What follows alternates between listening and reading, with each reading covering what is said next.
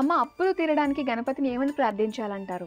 మనకి గణపతి స్తోత్రం ఒకటుంది. హ్మ్.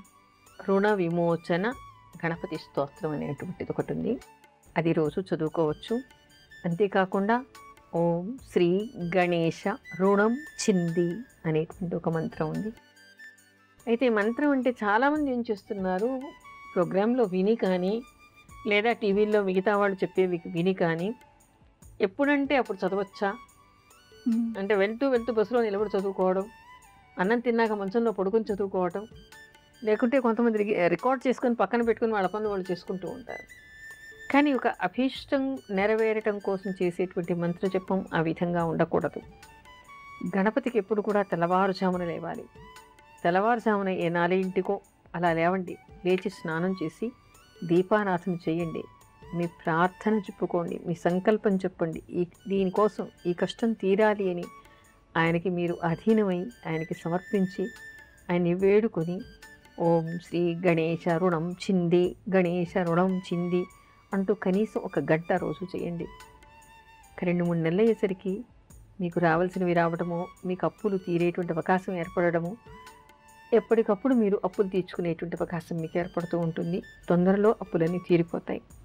ఏదో ఇవాళ చేసామంటే ఒక 10 నిమిషాలు, ఎంత కష్టంలో ఉండని. చాలామందికి బద్ధకం ఎక్కువ. ఇది చేస్తున్నామండి, 24 గంటలు చేస్తున్నామండి, అయినా కావట్లేదండి అంటారు. చేసే పద్ధతిగా చేయండి. ఏదైనా చేస్తే భక్తితో పాటు శ్రద్ధ కూడా ఉండాలి. తప్పకుండా ఇది నాకు నివారణ కావాలి అనుకుంటే తెల్లవారుజామున లేవండి, నిద్రను త్యాగం చేయండి, లేచి పూజ చేయండి, జపం చేసుకోండి. తప్పకుండా మీకు మార్గం సుగమం అవుతుంది. ఎందుకంటే భగవంతుడిని మీరు వేడుకున్నప్పుడు అందులో తెల్లవారుజామున చేసి చూడండి, మీరు ఏదైనా మీకు తప్పకుండా మంచి ఫలితం వస్తుంది. అమ్మ మనకు ఒక ఉత్తరం వచ్చిందమ్మా, ఆదిలాబాద్ నుండి కవిత గారు రాస్తున్నారు. మ్. ఇదివరకు మీరు ఒకసారి చంద్రాష్టమం గురించి చెప్పారు, నేను మొదటి నుంచి వినలేదు, మరి ఒకసారి మీరు చంద్రాష్టమం గురించి చెప్పండి అంటున్నారమ్మా. మీ రాశి మీ నక్షత్రం మీకు తెలుసు.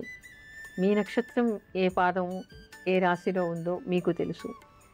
మీ రాశి నుంచి 8వ రాశిలో గోచార రీత్యా అంటే మీ రాశి మీ నక్షత్రం ఏంటి, మీరు పుట్టినప్పుడు ఉన్నది, ఈ రోజు ఏమిటి, ఈ రోజు నక్షత్రం ఏమిటి, ఎవరికి వాళ్ళు ఈ రోజు జరిగేటువంటిది అంటే ఏ రోజుకు ఆ రోజు ఎవరికైనా ఏ రోజైనా వాళ్ళ రాశి నుంచి 8వ రాశిలో ఆ గోచార చంద్రుడు ఉంటే ఆ 2.5 రోజులు వాళ్ళకి చంద్ర అష్టమం అంటారు.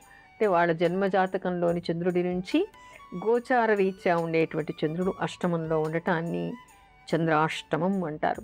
ఇంకా ప్రతి ఒక్కళ్ళు కూడా మీ రాసుల నుంచి ఏ రోజు మీకు చంద్రాష్టమం వస్తుందో మీరు చూసుకోవచ్చు.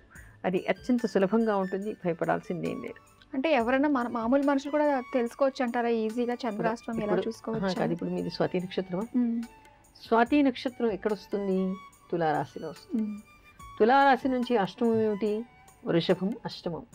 అంటే ఏ నెల అయినా కృత్తిక 2, 3, 4 పాదాల్లో ఉన్నప్పుడు, రోహిణి 4 పాదాల్లో ఉన్నప్పుడు, మృగశిర 2 పాదాలు అంటే వృషభంలో చంద్రుడు ఉన్నప్పుడు మీకు చంద్రాష్టమం.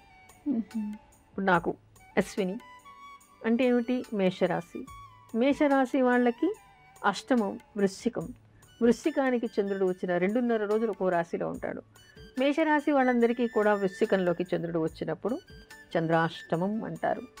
అలా ఎవరిదైనా ఉత్తరాషాఢ నక్షత్రం ఉందనుకోండి, ఉత్తరాషాఢ నక్షత్రానికి ఇందులో పాదాలు మారుతాయి.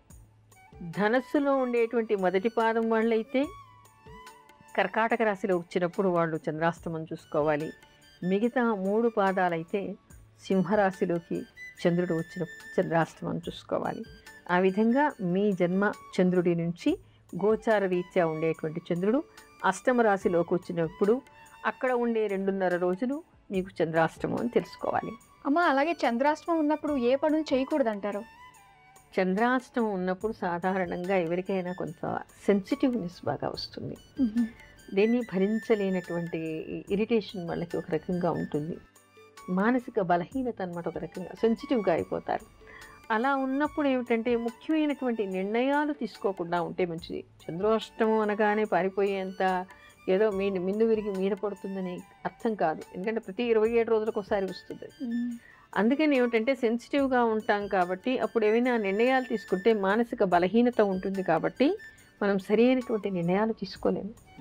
దాని ఫలితం ఏమవుతుందంటే తర్వాత చెడ్డగా ఉండొచ్చు. కానీ అప్పుడు ఆలోచించి తీసుకునేటువంటి నిర్ణయాలు, సంతకాలు పెట్టడం లాంటివి ఏవి కూడా ఆ చంద్రాష్టమం ఉన్నప్పుడు చేయకూడదు. ఇంకొకటి కూడా ఏమిటంటే ఆపరేషన్లు ఎవరైనా చేయించుకోవాలి అని అనుకుంటే మాత్రం చంద్రాష్టమం ఉన్న సమయంలో చేయించుకోకపోతే మంచిదన్నమాట. ఎందుకంటే రుధిరకారకుడు కూడా, రక్తానికి కూడా కారకుడు చంద్రుడే కాబట్టి ఇలా చంద్రాష్టమంలో ఉన్నప్పుడు చేయించుకోవడం వలన ఎక్కువగా కూడా వాళ్ళకి రక్తస్రావం, ఆపరేషన్ ద్వారా రక్తం ఎక్కువగా పోయేటువంటి అవకాశం, ఇబ్బందులు ఉండేటువంటి అవకాశం ఏర్పడుతుంది. అందుకని అలాంటివి చేయకుండా ఉండటం చాలా మంచిది.